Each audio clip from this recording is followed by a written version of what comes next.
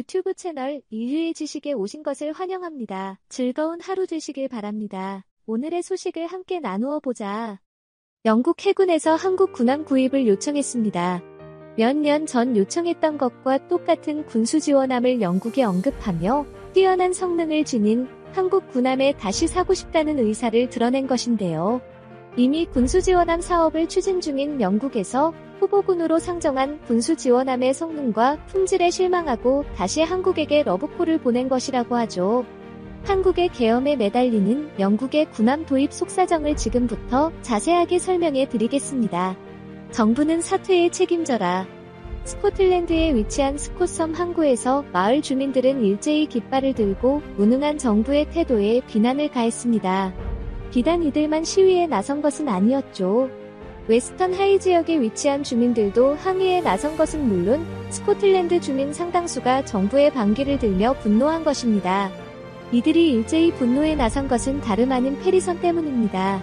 스코틀랜드에 살고 있는 상당수의 주민들은 섬에서 살고 있는 이들이 상당수로 이들은 어업에 종사하면서 예전부터 자신들의 터전을 지키며 살아온 이들입니다. 이들에게 꼭 필요한 물과 식료품을 공급받으려면 반드시 페리선이 필요하죠. 그래서 섬과 본토의 연결선인 페리선의 중요성은 이들 섬 주민들에게 목숨줄과도 같은 존재입니다. 그런데 최근 이 페리선에서 심각한 결함들이 잇따라 발생하는 한편 노후화된 선박 교체 사업에서도 문제가 드러나면서 이들 주민들이 일제히 분노한 것입니다. 섬들 사이를 연결하는 페리선 사업을 독점한 곳은 칼맥이라는 조선소입니다. 이들은 비용 절감과 수익 극대화를 위해 노후화된 페리선의 결함을 알면서도 이를 모른 척하는 모습을 보였는데요. 그런데 노후화된 페리선에서 물이 새는 현상은 물론이고 낡은 부품이 페리선 운항 도중 떨어지는 일들이 빈번하게 발생하면서 스코틀랜드 주민들의 반발에 직면하게 되었습니다. 야당인 스코틀랜드 보수당은 이 문제를 거론하면서 작년 2011년 페리에서 발생한 문제는 총 163건에 달한다고 주장, 2017년에 기록된 90개의 결함에 비해 80일 증가한 결함이라고 말하며 이를 대체할 대안이 필요하다고 역설했죠. 자칫 잘못하면 스코틀랜드 사람들 대부분이 섬에 고립될 수 있다는 의미였기에 여당인 SNP는 서둘러 분노한 국민들의 잠적을 발표를 내놨는데요. 노후화된 페리선이 조속히 폐기하고 신형건조 페리선을 빠르게 도입, 이동 불안을 해결하겠다고 내놓은 것입니다. 그러나 스코틀랜드 언론은 SNP가 발표한 새로운 페리선 글렌 서녹스 역시 심각한 결함을 가지고 있다고 보도했습니다. 현재 미해결 상태로 남겨진 결함이 총 47가지이며 15개는 심각하게 안전과 유지, 보수성과 관련된 부분이 있기에 반드시 해결해야 하는 문제라고 지적했죠. 스코틀랜드 유일의 조선소인 터벗은 마리나에서 제조된 글렌 서누스는 2015년부터 건조에 들어가 2021년 출항을 앞두고 있었습니다. 그런데 미처 운행하기도 전에 문제점들이 속출한 것이죠. 스코틀랜드 여당인 SNP는 이 문제에 대해 큰일이 아니라는 입장을 보이며 이동에는 문제가 없다는 식으로 반응했습니다. 당연히 스코틀랜드에선 이에 분개할 수밖에 없었죠. 더 심각한 문제는 현재 마무리 작업이 진행 중으로 알려진 글렌 사누스를 대체세로 페리를 건조할 곳이 없다는 것도 문제였습니다. 스코틀랜드 유일의 자국 조선소이기 때문이었죠. 더욱 골치 아픈 것은 자국 조선소 사업을 부응하기 위해 외국 조선소에 선박 의뢰하는 것을 정부 차원에서 막고 있다는 점입니다. 내부 조선소 직원들의 반발도 심하기에 스코틀랜드 여당은 문제를 알고 있음에도 불구하고 문제를 덮으려고 한 것입니다. 이는 스코틀랜드만의 문제가 아니라 영국 전체의 문제인데요. 현재 영국 조선소는 과거의 영광만 남아있을 뿐 기술이나 인력도 모자라 선박 건조에 있어서 심각한 문제를 드러내고 있습니다. 게다가 자국 우선주의 정책으로 인해 외부 선박을 전혀 수용하지 않고 있기에 악순환이 이어지고 있습니다. 시민들이 분노하는 것은 어쩌면 당연한 일이라고 할 수 있는데요. 그런데 놀랍게도 이들 시민들의 입에서 한국이 등장했다고 합니다. 과거 영국에게 군수 지원함에 수출했던 적이 있는 한국이 페리선을 비롯한 선박 사업을 맡았다면 항의할 필요가 없다는 주장이 등장한 것이죠. 영국은 자국 조선업에 굉장한 자부심을 가진 나라입니다. 과거 대영 제국을 건설할 수 있었던 것은 자국 함선의 힘이라고 말하며 함선 제조에 있어 영국을 따를 곳은 없다고 말할 정도였죠. 그러나 이런 자부심도 옛날이나 통용되는 말입니다. 현재 조선업의 중심 국가는 바로 대한민국인데요. 전 세계 조선업 수주 물량의 90 가까이를 소화하고 있으며 향후 5년 건조 계획까지 미리 세워둘 정도로 쏟아지는 주물량을 자랑하죠. 이런 일이 가능했던 것은 바로 한국의 우수한 건조 실력과 낱개일을 맞추는 성실함 때문입니다. 영국도 이런 한국의 도움을 받았던 적이 있었는데요. 2012년 영국은 자국의 반대를 무릅쓰고 군수지원함 4척을 한국에 주문합니다.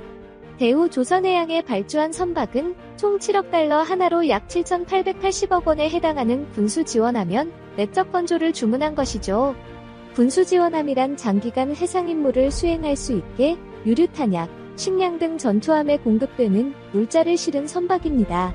전통의 강자 이탈리아, 스페인 선박 제조 업체들과의 경쟁에서 대한민국은 당당하게 수주에 성공한 것이죠. 기술과 가격 경쟁력에서 경쟁사와 비교도 안 될 정도로 압도적이었기에 영국은 최초로 자국 조선소가 아닌 한국 조선소의 군함을 의뢰하게 되었습니다. 영국 에드워드 왕자가 대우 조선해양 옥포 조선소를 찾아 건조되는 모습을 직접 견학하기도 했는데요. 이때 에드워드 왕자는 일사불란하게 건조되는 군수 지원함을 보고 놀라운 건조 능력이라는 평가를 남겼다고 합니다. 이후 노르웨이에도 군수 지원함 사업을 체결할 수 있었던 것은 영국의 추천이 있었기 때문에 가능할 정도로 영국은 한국의 건조 실력에 감탄했다고 합니다. 마르스 사업이라 불린 군수지원함 사업을 모두 마무리하면서 영국은 자국민에게 엄청난 비난을 받았습니다. 특히 동양의 작은 나라에 영국 군함을 의뢰한 것은 실수라고 비난하며 영국 정부의 무능함을 질타하였다고 하죠. 그러나 막상 자국 조선소의 실태가 언론 보도를 통해 드러나면서 영국 정부가 한국에 의뢰한 것이 성공적인 결정이라는 여론이 등장한 것입니다. 최근에 들어서 한국을 선택한 영국 정부의 선택이 탁월했다는 의견이 등장하면서 순식간에 재평가가 이루어졌죠. 이런 평가에 영국 정부도 자극을 받았습니다. 지금은 퇴임한 보리스 존슨 영국 총리는 2011 국가조선 전략청사진을 발표하며 한국을 중심으로 형성된 조선업 패권을 영국이 다시 되찾아가고 위대한 영국 조선 사업을 다시 부흥하겠다는 내용을 공개했습니다. 자국 조선소에 우선적으로 일감을 맡기고 건조에 있어서 영국인들이 혜택을 보는 방향으로 사업을 추진이르게 영국 정부가 비용을 아끼지 않겠다고 한 것인데요. 그러나 이 발표도 영국 사람들의 비웃음을 샀습니다. 보리스 존슨 전 총리가 자국 조선 사업 부흥을 선언한 장소 맞은편 항구의 정박한 군수 지원함이 바로 한국에서 온 군함이었기 때문이었죠. 이에 더해 자국의 자랑이라 불리는 HMS 프린스 오브 웨일스의 항공모함이 미국 캐나다 해군과의 합동훈련을 위해 출항했다가 단 하루 만에 고장나는 일이 벌어지면서 영국인들에게 굴욕감을 가져다 줄기에 영국인들은 정부의 발표를 믿지 않았죠. 영국 정부도 한국에게 밀리는 현실을 정확하게 알고 있었습니다. 인정하기 싫지만 한국 선박 제조 능력이 뛰어난 것은 변하지 않았죠. 그렇게 영국에서는 최근 새로운 군함 도입 사업에서 다시 한국 카드를 꺼내들었습니다. 영국은 노후화된 군수 지원함에 교체하기 위해 새롭게 군수 지원함 도입 사업을 실시했습니다. FSS 사업을 통해 전력 보강을 하려고 준비한 영국 입장에선 자국 조선소만이 아닌 해외 기업에도 문을 열며 군수 지원함 조건을 내걸었습니다.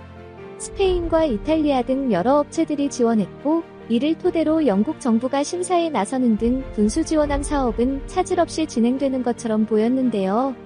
그러나 한국의 군수 지원함만큼 만족스러운 결과물이 없었다고 합니다. 영국 메이블 뉴스는 해군의 심사 과정에서 있었던 불만 사항을 폭로하며 사업을 계속 진행하는 것이 맞는지에 대해 격렬한 토론이 있었다고 합니다. 대우 조선해양도 FSS에 참여했다가 조건이 맞지 않아 빠졌는데요. 원래라면 한국에게 기회를 다시 줄 수 없었지만 한국이 빠진 이상 다른 기업들의 군수 지원함 모델을 검토했으나 영국 정부와의 마음에 드는 군수 지원함이 없었던 것이죠. 이에 영국 정부에서는 한국에게 다시 군수 지원함 프로젝트를 맡아줄 수 있는지에 대해 의견을 사진했다고 합니다. 벤 월러스 영국 국방부 장관은 대우 조선해양과 한 차례 접촉에 대해 심도 깊은 논의를 이어갔다고 합니다. 영국 내부에서도 한국이 만든 군수지원함 4쪽에 평가가 좋기에 그러지 않아도 부족한 재원으로 새로운 사업을 벌이기보다 기존 군수지원함 모델을 그대로 사용하는 것으로 영국 상원위원들이 주장했죠. 한국 입장에서도 영국의 제안을 마다할 이유가 전혀 없었습니다.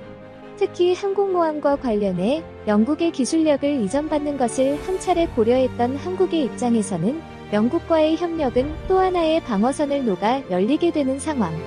실제로 대우 조선해양은 영국의 대표 방산업체 박폭사와 양해각서를 체결하며 기술 협력에 손을 잡았습니다. 영국 입장에서는 한국과의 우위를 다지며 사업을 재개하는 편의 비용도 줄이고 성능 좋은 군함을 얻을 수 있는 길이죠. 한국 조선업의 뛰어난 실력 덕분에 다시 한번 한국 본사는 영국과 대규모 계약을 추진할 수 있게 되었습니다. 자랑스러운 대한민국 건조 능력에 박수를 보내며 큰 날개로 비상하는 대한민국이 되길 소망해 보겠습니다. 시은이 주셔서 감사합니다.